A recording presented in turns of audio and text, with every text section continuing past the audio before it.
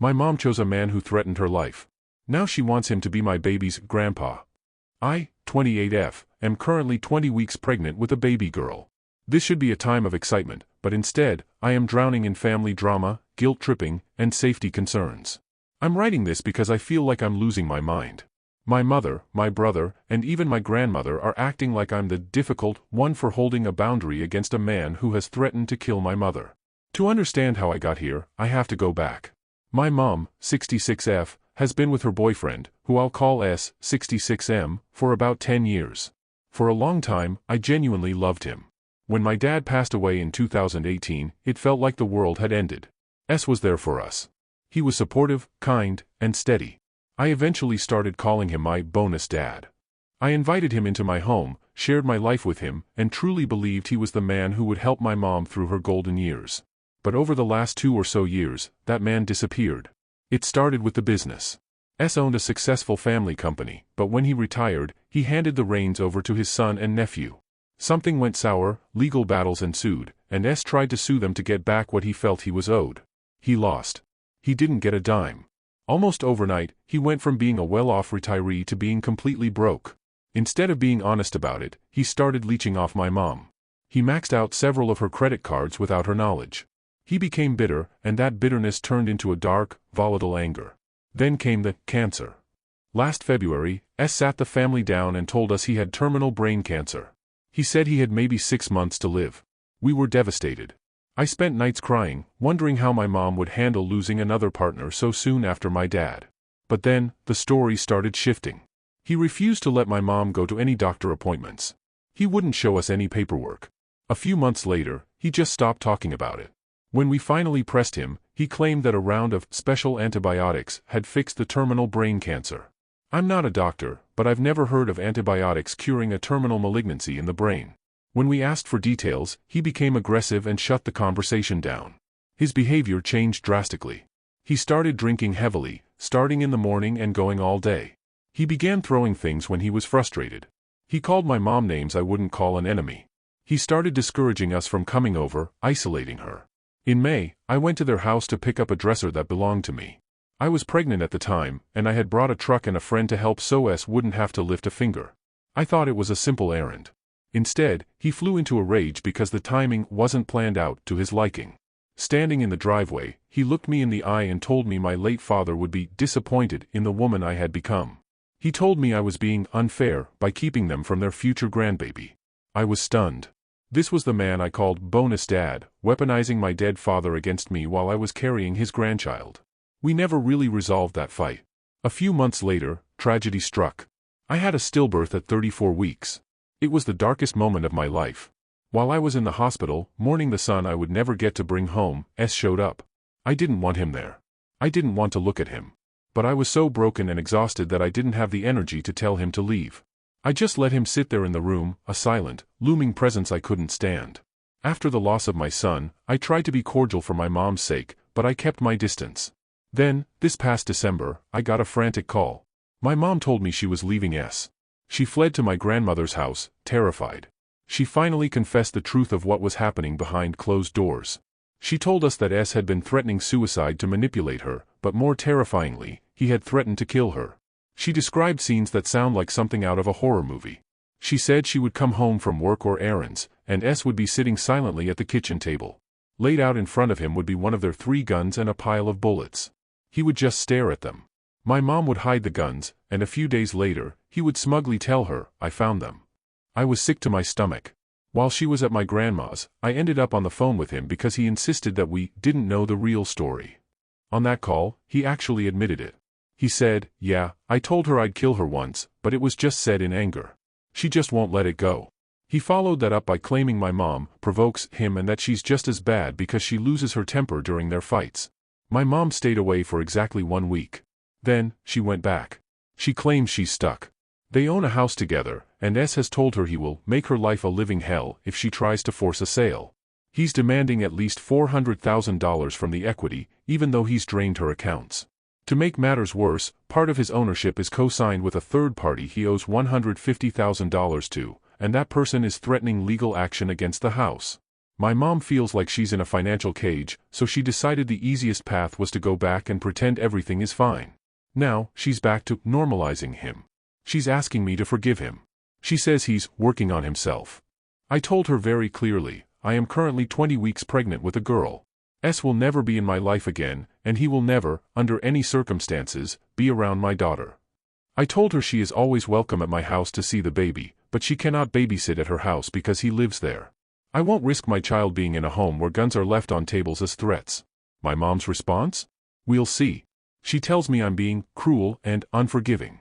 The rest of my family has already caved. My brother says he doesn't like S, but he goes over there to support mom, which really just looks like having beers with the man who threatened to kill our mother. My grandmother has started visiting again, too. I feel like I'm the only one who remembers the guns on the table. A few weeks ago, my mom went to my late son's grave. She left a balloon that said, "Grandma and Grandpa love you." I lost it.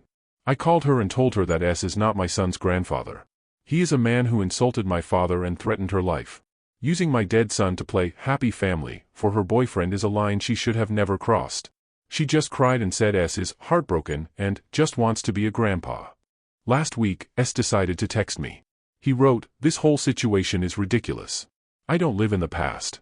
Your mom and I have moved on from our issues. Becoming a parent will teach you to let the small stuff go. I've fixed my drinking problem and I want us to move forward as a family." Side note, his fixing his drinking problem consisted of going to rehab for exactly 48 hours before checking himself out. I didn't hold back. I replied, "S, the threats that were made toward my mom are not something I can ignore or ever move past. As a mother myself, I will never allow someone who has threatened violence into my life or around my child. I'm not interested in discussing this further. Please do not contact me again. I wish you well in recovery, but I will not have a relationship with you in any aspect. I will be blocking this number." He sent one last message before the block went through, disappointing. Maybe someday you will actually get the truth. You are the only one who feels this way, and using an unborn child as a pawn is unbelievable. I wish nothing but the best for you. My mom is now saying I'm tearing the family apart by being the only holdout. She says if I loved her, I'd make an effort because it makes her life harder when I won't come over. My brother thinks I'm overreacting because S hasn't actually pulled a trigger. I feel like I'm being gaslit by my entire family. They want me to let the small stuff go, but to me, a man sitting at a table with a gun and a death threat isn't small stuff. Am I the a-hole for holding this line? Update. About 2 weeks after everything blew up with the texts and the blocking, something unexpected happened. My mom called me out of the blue and her tone was completely different from the last several conversations we had. There was no crying, no pressure, no speeches about forgiveness. She sounded tired more than anything. She said she had been thinking about everything that had happened and admitted that I was right to set boundaries about my child.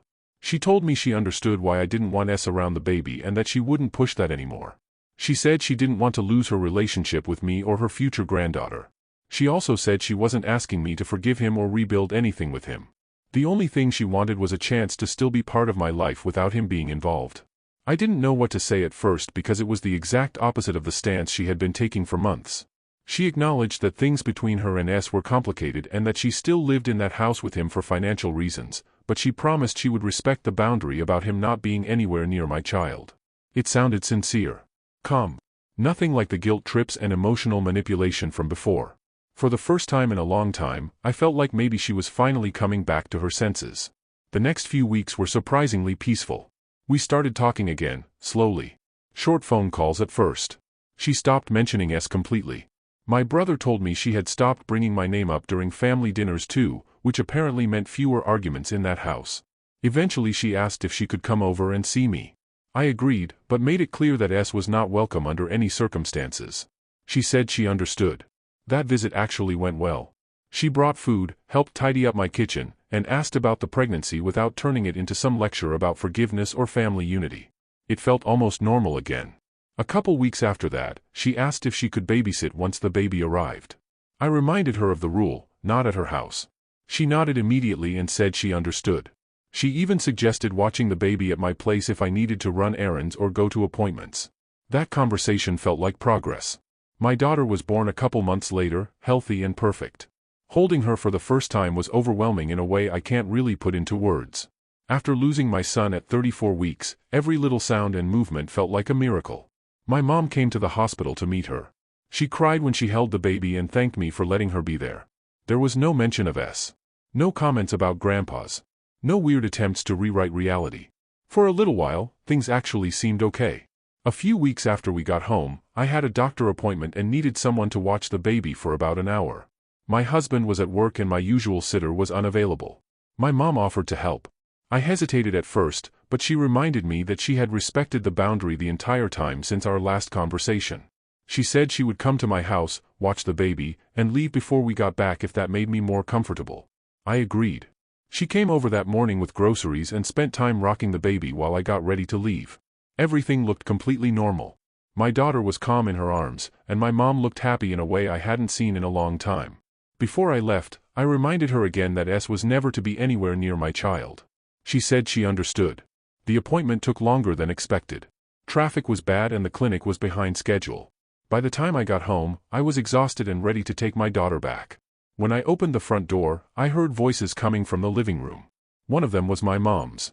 The other one stopped me cold. It was S. I walked into the living room and saw him sitting on my couch like he belonged there. My mom was standing near the coffee table holding the baby. For a second everything froze. Then I completely lost it. I demanded to know what he was doing in my house.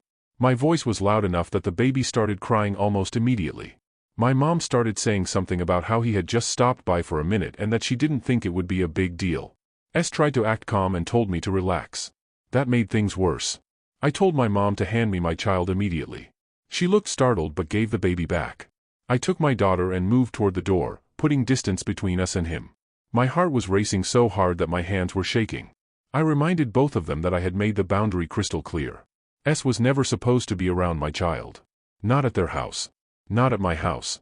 Not anywhere. My mom started talking about how she thought maybe enough time had passed and that maybe we could all talk like adults. That's when I told her if he didn't leave immediately I was calling the police.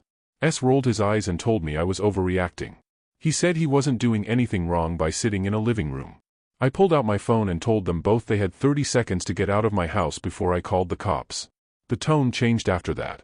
My mom started panicking and telling him they should just leave. S muttered something under his breath but eventually got up and walked out. They left together. I locked the door behind them and sat on the couch shaking while my daughter cried in my arms. Later that night my mom called repeatedly. I didn't answer. She sent a long message saying she didn't mean to betray my trust and that she thought if we were all in the same room things might start to heal. I didn't respond. For the next month there was almost complete silence between us. I focused on my daughter and tried to put the whole situation out of my mind. My husband supported whatever decision I made regarding my mom, but he made it clear that S was never allowed anywhere near our family again. Things stayed quiet long enough that I started to believe the worst was behind us. Then one afternoon the doorbell rang. I opened the door and immediately regretted it. My mom was standing there. And S was right behind her. They didn't call first. They didn't text. They just showed up. My daughter was asleep in the next room. I stepped outside and told them they needed to leave immediately. My mom said they weren't going anywhere until we talked things out face to face. S stood there with his arms crossed like he was waiting for a debate. I told them again to leave. They refused. At that point I called the non-emergency police number. I explained that 2 people were refusing to leave my property after being asked multiple times. While we waited, my mom kept talking about how the situation was tearing the family apart and how we needed to sit down and resolve things like adults. S added a few comments about how I was being dramatic. About 15 minutes later a patrol car showed up. The officer spoke to all 3 of us separately. I explained that I had already told them both not to come here and that S was specifically forbidden from being around my child. The officer told them they needed to leave the property immediately. They argued for a minute but eventually walked back to their car and drove away. Before leaving, the officer asked if I wanted to file an official complaint about the incident. I said yes. The report was filed, but I was told it wasn't enough by itself to qualify for a restraining order. After that, I blocked every number my mom used to contact me. She tried calling from different phones. She sent emails. A couple relatives reached out saying I needed to forgive her and stop punishing the family. Anyone who repeated her narrative or tried to pressure me got blocked as well. Life slowly started to settle down again. For the first time since my daughter was born, there were no surprise visits or emotional phone calls. Then one evening the doorbell rang again. When I checked the camera, my mom was standing on the porch by herself. I didn't open the door. Instead I called 911 and explained that someone who had previously been asked not to come to my home was back again. Police showed up about 20 minutes later. My mom tried to tell them she just wanted to talk to her daughter.